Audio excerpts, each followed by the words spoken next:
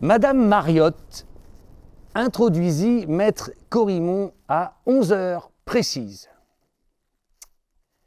Salami se leva bruyamment et accueillit le nouvel arrivant en lui peignant amoureusement une large auréole blanchâtre sur le revers du pantalon. Le notaire se retint de ne pas le calmer d'un coup de pied vengeur. Il n'avait jamais supporté cet horrible chien baveux. Il ne supportait d'ailleurs pas beaucoup mieux son maître, moins humide de la truffe sûrement, mais tout aussi épais de la boîte crânienne. Humainement, Jules Corrimon n'avait pas beaucoup de respect pour ce maire qu'il jugeait définitivement trop rustique. Et il était toujours interpellé par le rictus de désolation qu'il arborait lorsqu'on cherchait à expliciter la différence entre les domaines privés ou publics de la commune, ou bien encore lorsqu'on évoquait devant lui un concept juridique complexe, comme ceux de continuité, de mutabilité ou d'accessibilité. Mais paradoxalement, cette aversion palpable, bien que toujours polissée, n'avait jamais impacté le choix électoral de l'homme de loi. Il avait toujours voté avec constance pour Gabriel Marteau et son équipe, partant du principe que leur ancrage résolument conservateur compensait largement certaines précarités cérébrales. Jules Corrimon avait d'ailleurs coutume, dans des dîners mondains, d'illustrer cette certitude à l'aide de formules de son cru telles que « un immobilisme bien ancré constitue le fondement le plus efficace de certains intérêts bien compris ». Ou bien encore « selon le niveau de médiocrité des élus, les notables peuvent profiter pleinement du pouvoir sans se donner le mal de faire campagne ». Et puis, généralement, il ajoutait avec cynisme « et le pire, c'est que ça fonctionne à tous les niveaux ». De son côté, monsieur le maire avait le plus grand mal à supporter la personnalité arrogante du maire. L'homme de loi transpirait la suffisance de la tête aux pieds. Depuis sa paire de lunettes à la monture délicatement dorée jusqu'aux chaussures de cuir noir, luisantes comme les chromes d'une voiture de maître. Sans parler de ces putains de nœuds papillons si colorés qu'on aurait juré y entendre bourdonner une abeille. Seule dérogation à la posture classieuse arborée par maître Corrimon, ce curieux tic qui lui faisait se triturer la mèche de cheveux dès qu'il entrait dans une phase de réflexion intensive. Cette fâcheuse habitude donnait l'impression qu'il venait de subir une étonnante tornade capillaire. Alors bien évidemment, mais toujours hors de sa présence, monsieur le maire l'appelait le grand ébouriffé. En tout cas, le juriste, aussi ébouriffé fut-il, donnait quelques complexes à l'élu en matière de référence culturelle et de capacité de réflexion. Alors, Gabriel Marteau avait décrété que le notaire de la commune, aussi intelligent qu'il puisse être, manquait cruellement de bon sens rural. Il relayait ainsi, sans le savoir, la citation de Roland Barthès qui voulait que la guerre contre l'intelligence se mène toujours au nom du bon sens. Le maire tendit la main à maître Corrimon, puis l'invita à s'asseoir. Le dossier que le notaire venait de poser sur un coin du bureau l'intriguait.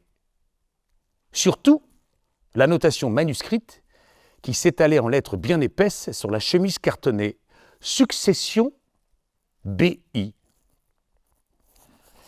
Alors bonjour cher maître, que me vaut l'honneur. Il enrobait le beau maître d'une emphase un peu grasse, histoire de bien signifier qu'il pouvait souscrire aux convenances sans entrer dans un rapport de soumission. Le notaire s'installa, observa un long silence en se grattant le dessus de la tête. Eh bien voilà, j'ai été contacté par un confrère lyonnais à propos d'un dossier un peu compliqué. Il s'agit d'une affaire assez délicate. Notez qu'il s'agit sans doute d'une excellente nouvelle pour la commune, mais comment dire Le maire attendit patiemment qu'il ait fini de se triturer la chevelure. En fait, mon confrère s'occupe d'une succession complexe. Un dossier qu'il qualifie lui-même de volumineux. Une affaire dotée de ramifications inattendues. Le maire commençait à perdre patience.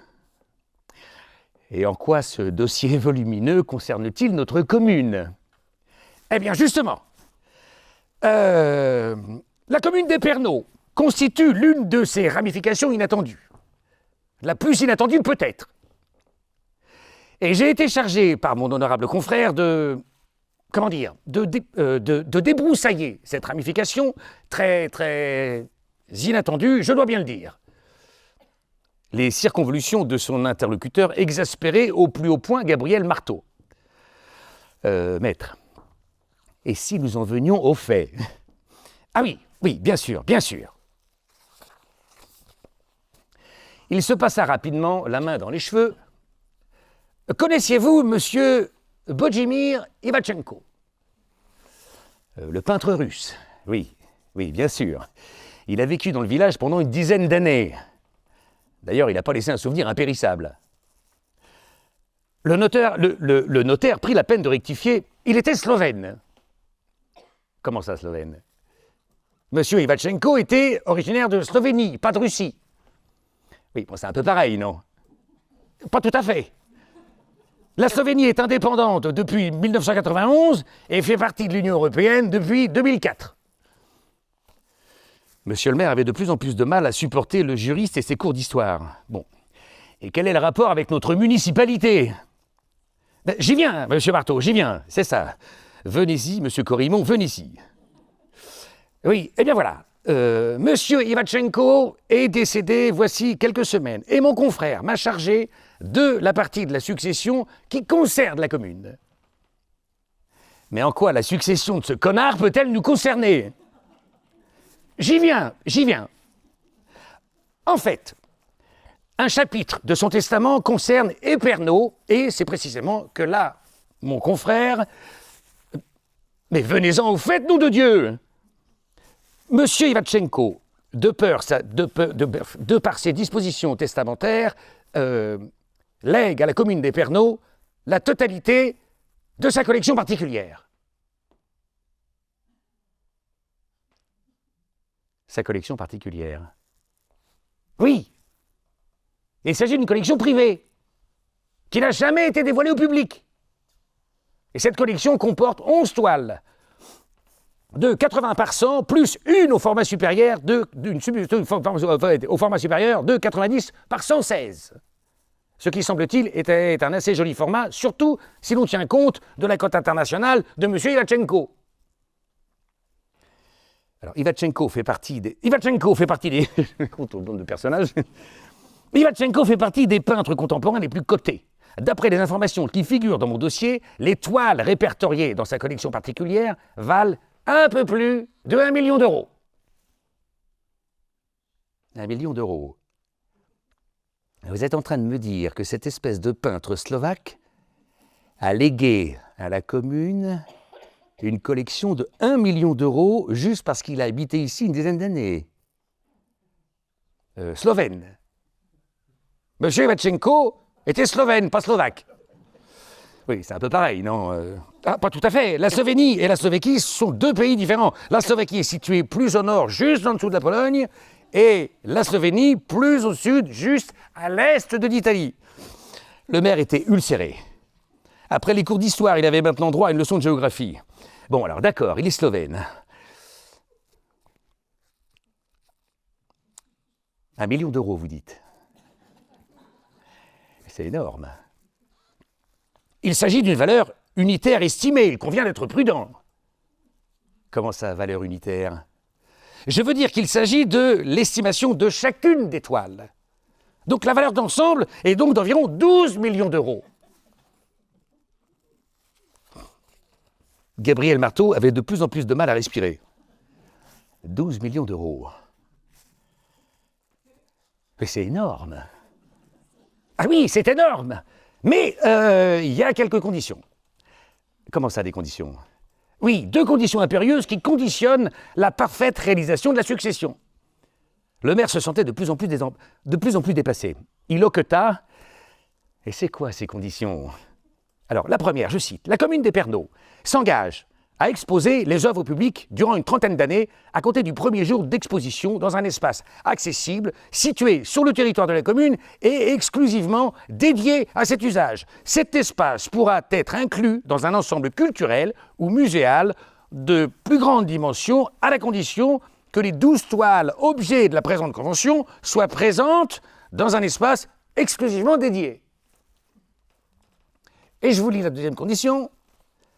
Passé ce délai de 30 années, au cas où la commune d'Épernon souhaiterait se dessaisir de cette collection, elle ne pourra le faire que de façon globale, en s'interdisant de dissocier l'ensemble de la collection. Et, ce faisant, la commune s'engage à en faire donation à un musée agréé par le ministère de la Culture, ou à une fondation française reconnue d'utilité publique, de telle sorte que l'ensemble de ses œuvres continue d'être exposées au public sur le territoire français. Le donataire reprendra alors à son compte l'ensemble des obligations énoncées ci-dessus. Le maire se prit la tête entre les mains et passa plus d'1 minute à réfléchir. Alors si je comprends bien,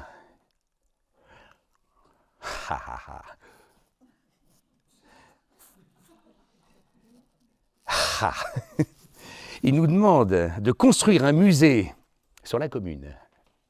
Non mais je rêve, un musée. Est-ce qu'ils ont une idée de ce que ça coûte un musée? Alors, justement, mon confrère s'est permis de se rapprocher de la Direction générale à la culture qui a rédigé une petite note à ce propos. Je la cite encore. Monsieur Ivatchenko était jusqu'à présent connu comme un artiste exclusivement abstrait. Les 12 toiles jusqu'alors inconnues qui composent sa collection particulière constituent les seules œuvres figuratives référencées. Inutile de dire que tous les admirateurs de ce peintre seront désireux de venir admirer cette collection.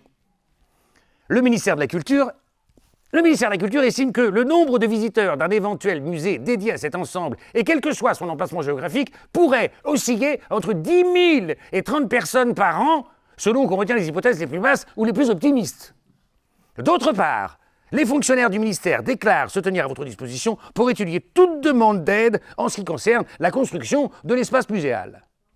Enfin, dernière précision, les œuvres en question ont été dûment authentifiées et la Fondation Ivatchenko, dépositaire des toiles, s'engage à les livrer dès l'achèvement des travaux de réalisation de l'espace d'exposition et 1 semaine au moins avant l'inauguration officielle de cet espace. Et voilà! Je crois que je vous ai tout dit. Il ne vous reste plus qu'à en référer à votre conseil municipal, mais je ne vois pas comment vous pourriez refuser cette proposition. Les 2 hommes se serrèrent la main. Salami lâcha un grognement rocailleux et M. le maire raccompagna le notaire jusqu'à la porte du bureau. En marchant vers la baie vitrée, il grommela. « Qu'est-ce que c'est que ces conneries ?»